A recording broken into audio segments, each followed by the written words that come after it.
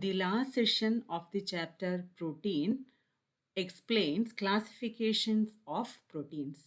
Already we have seen in the first session of protein that proteins can be classified based on the polarity of the alkyl group connected to alpha carbon. So these classifications which we are going to discuss in these sessions are different. Coming to the first type of classification, which is based on shape. Based on shape, proteins can be classified into two major groups, which are fibrous protein and globular proteins. Fibrous proteins, as the name suggests, they are elongated, rod-like, tough molecule which are insoluble in water. They have structural and protective function. Fibrous proteins are having structural and protective functions. Usually they have a repetitive structure which is assembled into threads or cables. Example can be given as alpha keratin, fibroin, collagen, etc. This is a look of fibrous protein. It will be elongated, rod-like structure. Coming to globular protein, they are compact, roughly spherical molecule which are generally soluble in water. They have tightly folded chains with largely hydrophobic interiors and hydrophilic surfaces. They have clefts in the surface that bind other compounds with high degree of specificity. This, unlike the static fibrous protein, globular protein have dynamic interactive functions. They far outnumber the fibrous protein. Examples are enzymes, antibodies, etc. Enzymes include amylase, pepsin, trypsin, etc. This is a pictorial representation of globular proteins. Fibrous and globular protein can be distinguished as in shape, they are fibrous proteins are long and narrow, whereas globular proteins are round and spherical. Then, regarding the purpose, fibrous proteins have structural purpose, whereas globular proteins are functionally in use. Then acid sequence, repetitive amino acid sequences are there in fibrous protein, whereas in globular protein, irregular amino acid sequences can be found. Examples can be collagen, fibrin, keratin, elastin, etc. in fibrous protein and which are insoluble in water. Whereas for globular protein, we can give examples for as enzymes, hemoglobin, insulin, etc. And they are generally soluble in water. Another classification is based on composition.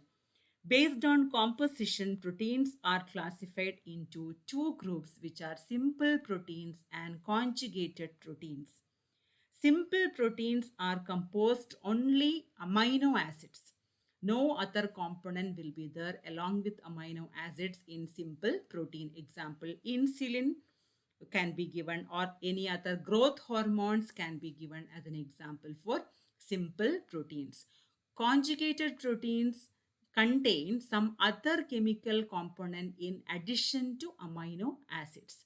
And this non-amino acid part is termed as prosthetic group. For example, glycoprotein has the prosthetic group carbohydrate.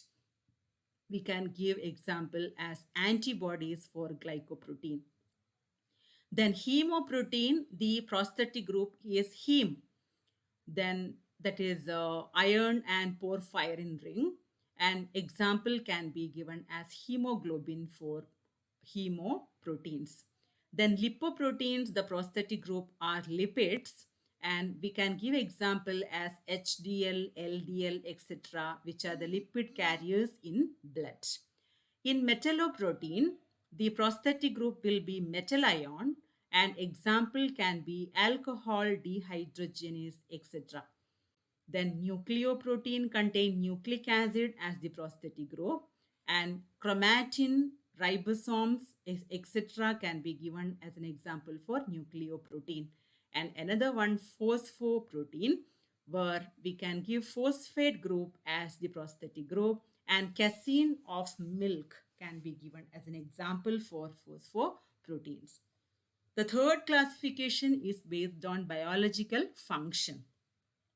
The multitude of functions that proteins perform is the consequence of both the folding of the polypeptide chain, therefore, of their three-dimensional structure and the presence of many different functional groups in the amino acid chain, such as thiol, alcohol, thioethers, etc., are the different basic groups. From the functional point of view, they may be divided into several groups because in many biomolecules, proteins are there as a main component which perform many functions. For example, enzymes, which are biological catalysts. It is mainly composed of proteins. In living organism, almost all reactions are catalyzed by specific proteins called enzymes. They have a high catalytic power, increasing the rate of the reaction in which they are involved at least by the factor 10 power 6. So these proteins, that is proteins which are behaving as enzyme, will be functioning as biological catalyst in living organisms. Almost all non-enzymes, and in the human body there are thousands are proteins, except some catalytic RNA molecules called ribosomes, that is ribonucleic acid. Example can be given as pepsin, trypsin, etc. Certain proteins are having transport function. Many small molecules, organic and inorganic, are transported in the bloodstream and extracellular fluid across the cell membrane and inside the cell membrane from one compartment to another. That is possible through transport protein. Examples are hemoglobin, which carry oxygen from the alveolar blood vessels to tissue capillaries, and transferrin, which carries iron in the blood. Certain proteins have storage function. The storage proteins serve as biological reserves of metal ions and amino acids used by organisms. They are found in plant seeds, egg whites, and milk. For example, ferritin, which store ion intracellularly in a non-toxic form, milk casein, that act as a reverse of amino acid for the milk, egg yolk, etc., can be given as an example for storage protein. Certain proteins are having or are functioning for mechanical support. For example, alpha keratin, collagen, and elastin are giving mechanical support, and they can be considered as a protein giving mechanical support to the living organism. A certain proteins are involved in movement. They are responsible for the contraction of the muscle fibers, the propulsion of spermatozoa and microorganism with flagella, separation of chromosomes during mitosis, etc. A major role of proteins are in the form of hormones, which are regulatory molecules involved in the control of many cellular functions from metabolism to reproduction. Examples can be given as any hormone, which are can be insulin, glucagon, or thyroid hormones, etc. Then certain proteins have protection function against harmful agents. They are antibodies or immunoglobulins, which will be acting against antigens, which are surfaces of viruses, bacteria, and other infectious agents. Interferon, fibrinogen, etc., are other members of this group. Then main uh, protein storage of energy. They are in particular the amino acid that constitute them act as energy storage.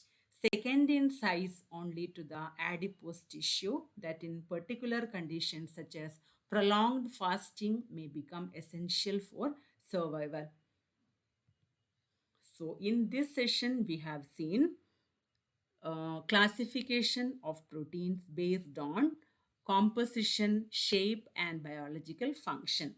Based on biological functions, they are mainly classified into enzymes, hormones, storage protein, transport protein, structural antibodies, etc.